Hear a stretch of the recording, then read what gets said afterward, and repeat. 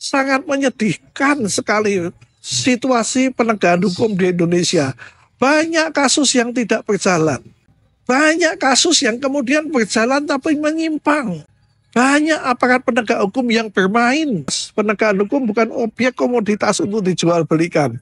Bukan objek komoditas untuk meningkatkan citra. Penegakan hukum juga bukan untuk menghabisi lawan politik, lawan dari sebuah kelompok atau perseorangan yang tidak sepaham dengan kita. Penegakan hukum bukan untuk mematikan demokrasi, tetapi penegakan hukum dibutuhkan untuk melindungi rakyat, untuk menjamin kepastian hukum. Karena negara Indonesia adalah negara hukum. Ya, kasus lain lagi yang saya coba akan lihat tadi, saya pagi melihat di grup WA para advokat di Jakarta, ada satu teman, ya, dia melaporkan jika ada kasus tahun 2003 tentang penganiayaan yang saat ini sampai sekarang saksi sudah diperiksa, pelaku sudah diperiksa, tapi masih dalam tahap penyelidikan.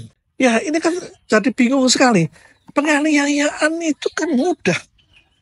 Ya, pasti ada bukti, yaitu orang yang dianiaya. Ya, kalau ada CCTV mungkin akan ada CCTV. Saksi juga sudah. Lalu kok demikian lama kasus ini tidak jalan gitu ya. Kembali lagi tidak jalannya mungkin kalau ini penyelidikan berarti posisinya masih 100% ada di kepolisian. Belum melibatkan sampai kejaksaan. Karena belum sampai tahap penyidikan. Ya, jadi itulah dunia peradilan, dunia penegakan hukum di Indonesia saat ini. Ya, sampai kemudian dalam kasus yang paling ramai ada sampai kemudian ada advokat di dalam persidangan naik meja.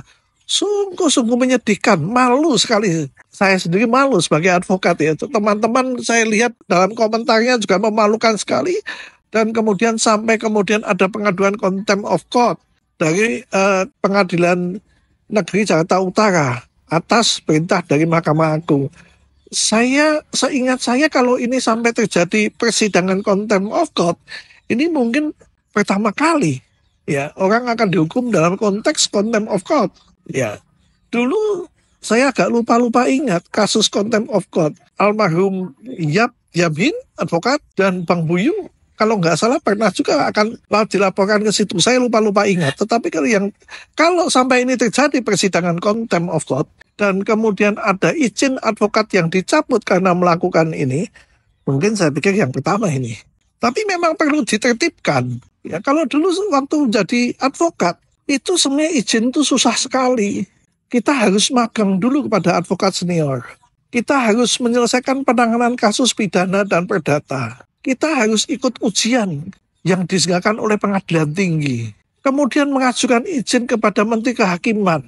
Lalu kemudian ada pembatasan kuota-kuota di daerah-daerah. Misalnya di daerah A penuh, maka kita harus mencari yang lain. Itu dulu sehingga susah sekali. Tapi saat ini kan mudah.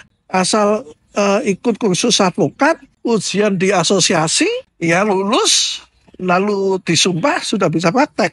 Kalau kena sanksi di organisasi yang satu, pindah organisasi lain. Itulah yang terjadi saat ini di dunia penegakan hukum di Indonesia. Bahkan saat ini yang sangat memprihatinkan adalah ada suatu ketentuan internal, yaitu tatib DPR, yang kemudian bisa berdampak pada peninjauan ulang sebuah rekomendasi. Ya, pertanyaan saya kalau satu pejabat, misalnya contoh KPK, melalui tahapan di DPR, kemudian direkomendasikan, kemudian disumpah dan dilantik.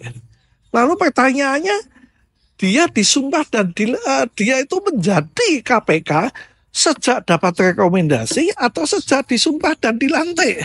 Kalau kemudian sudah disumpah dan dilantik, ini rekomendasi dicabut buat apa? Karena ketentuan-ketentuan semacam ini menjadi menghilangkan sebuah kepastian hukum dan bisa menjadi sebuah senjata untuk menghabisi lawan politik, ya melanggengkan kekuasaan dan sebagainya. Jadi kembali lagi sangat menyedihkan sekali situasi penegakan hukum di Indonesia. Banyak kasus yang tidak berjalan. Banyak kasus yang kemudian berjalan tapi menyimpang. Banyak aparat penegak hukum yang bermain. Apakah lembaganya? Bukan, oknumnya. Kembali saya katakan yang dibutuhkan ada pengawasan yang jelas, ya, sanksi yang jelas terhadap aparat yang bermain. Kalau tadi ada advokat yang melanggar tentang kode etik, jelas sanksinya, harus jelas. Jangan sampai ada peluang-peluang lain yang membingungkan. Dengan demikian kepastian hukum menjadi makin baik. Hukum bukan objek komoditas, penegakan hukum bukan objek komoditas untuk dijual belikan, bukan objek komoditas untuk meningkatkan citra, sehingga perlu akrobat-akrobat untuk menciptakan citra marketing ini, ya. Penegakan hukum juga bukan untuk menghabisi lawan politik, lawan dari sebuah kelompok atau perseorangan yang tidak sepaham dengan kita. Penegakan hukum bukan untuk mematikan demokrasi, tetapi penegakan hukum dibutuhkan untuk melindungi rakyat, untuk menjamin kepastian hukum, karena negara Indonesia adalah negara hukum.